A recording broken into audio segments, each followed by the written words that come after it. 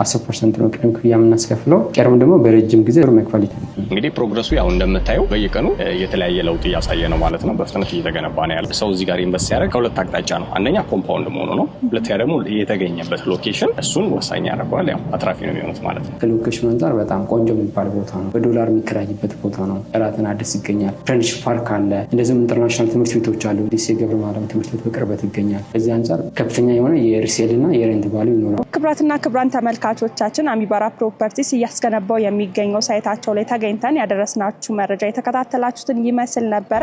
ባደረስናችሁ መረጃ የተለያዩ የቤት አማራጮችን በተለያዩ የካሬ አማራጭ እያቀረበ ነው የሚገኘው። እነዚህን የቤት አማራጮች የምትፈልጉ ተመልካቾቻችን ከስር በምናስቀምጠው ስልክ ቁጥር በመደወል ቤቶቹን መግዛትና የራሳችሁን ማድረግ ትችላላችሁ። ስለነበረን ቆይታ እጅግ አድርገን እናመሰግናለን። ሰናይ ጊዜ ይሁንላችሁ።